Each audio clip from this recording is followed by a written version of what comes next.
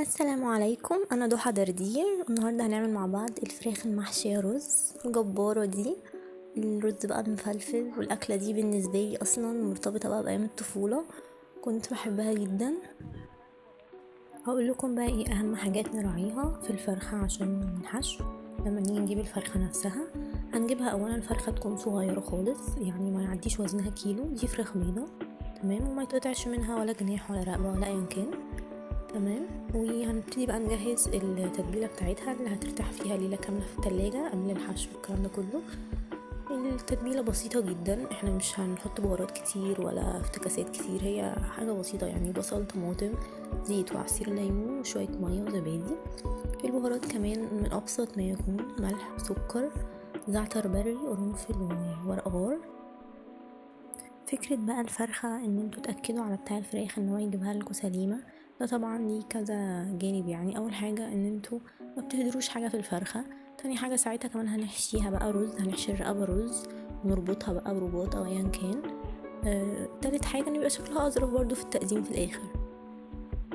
معلومة كمان عرفتها قريب وحاسة انها تبقى مفيدة جدا، ان انتوا ممكن بعد ما تحشوا الفرخة تحفظوها في الفريزر، تغلفوها كويس وتحفظوها في الفريزر وتطلعوها اول ما تاخد درجة حرارة الغرفة تبدأوا تسووها، وده هيوفر وقت كبير جدا.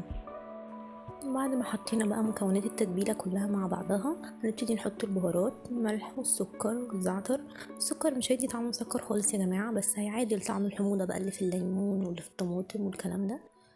هنقلب بقى كل حاجة مع بعضها كويس جدا، وهي تتبيلة بسيطة بس هتدي طعم للفرخة حلو جدا.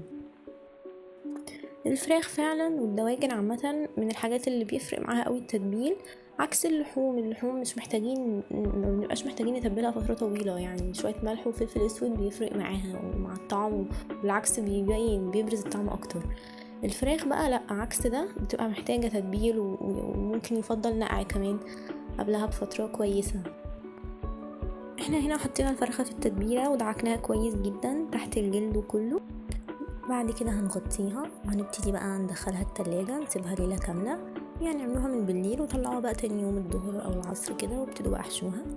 ابتدي بقى اجهز خلطة الرز اللي هنسبك بيها الرز مفلفل. خلطة برضو بسيطة جدا، بصل توم طماطم وفلفل. هكتب لكم طبعا المقادير بالظبط في صندوق الوصف. بعد كده هنبتدي نحط بقى الحلة خلاص على النار، هنحط بقى الرز، معلقة سمنة او معلقة زبدة زي ما تحبوا. ننزل بقى الرز، ده رز بسمتي بالمناسبة ابو كاس. عايزة اقولكم ان هو بيطلع كمية حلوة جدا، يعني دي كمية كوباية رز واحدة، كوباية رز ني هتطلع لكم اكتر من كوبايتين، او يعني اكتر يعتبر من 3 اضعاف الكمية اللي احنا عملناها. يعني رز بقى مفلفل وجميل جدا. بدأت بقى اشوح الرز مع معلقة الزبدة كويس، يعني دقيقة كده بس تقليبة، وبعد كده اضيفه الخلطة البصل والثوم والطماطم والفلفل مع مكعب مرقة دجاج، وضفت كمان معلقة ملح صغيرة ومعلقة كمان 7 بهارات صغيرة. كمية المية بقى اللي هنضيفها للرز يا جماعة يا دوبك تغطي الرز بس، وبعد كده اسيبه على نار متوسطة واغطي الحلة. اول ما الرز يتشرب المية هقفل النار على طول، وهسيبه مكشوف عشان ده يساعده ان هو يبرد بشكل اسرع. بدأت بقى برضو اشوح الكبدة اللي مع الفرخة، يا دوبك على معلقتين زيت كده كبار يسخنوا، بحط الكبدة رشة ملح ورشة قرفة او جوز الطيب، تشويحة بسيطة جدا، وبطلعهم بدخلهم على طول في الرز.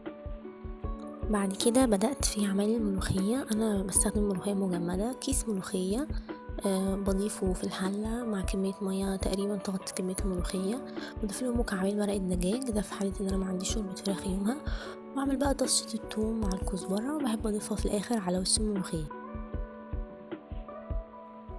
هبتدي بقى في مرحلة بقى ايه حشو الفرخة. الرز عندنا جاهز، جهزت صينية برضو وحطيت عليها طماطم وشوية بصل.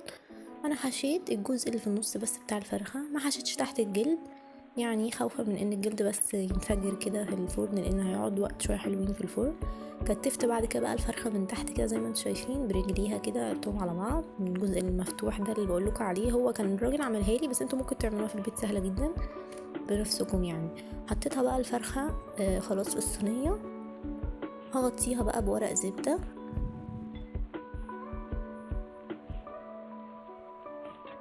وبعدين بورق فويل.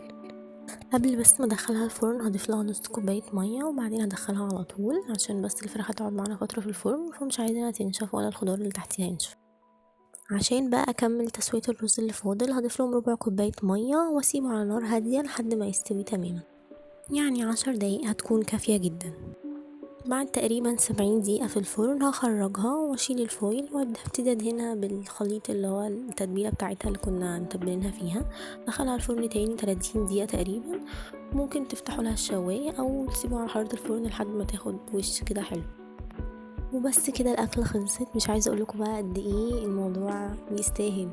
الرز حلو جدا ومفلفل، طعمه لوحده حلو جدا، الفرخه كانت طريه، والملوخيه بالطشه بقى بتكمل الموضوع وبتحليه زياده. وفكره ان اعمل بالليل الفرخه هي اكبر مساهم في ان الفرخه تطلع طريه كده وجوسي وفظيعه.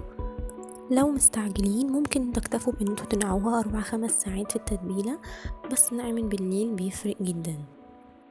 ما تنسوش بقى لو عجبكم الفيديو تعملوا سبسكرايب او اشتراك للقناه.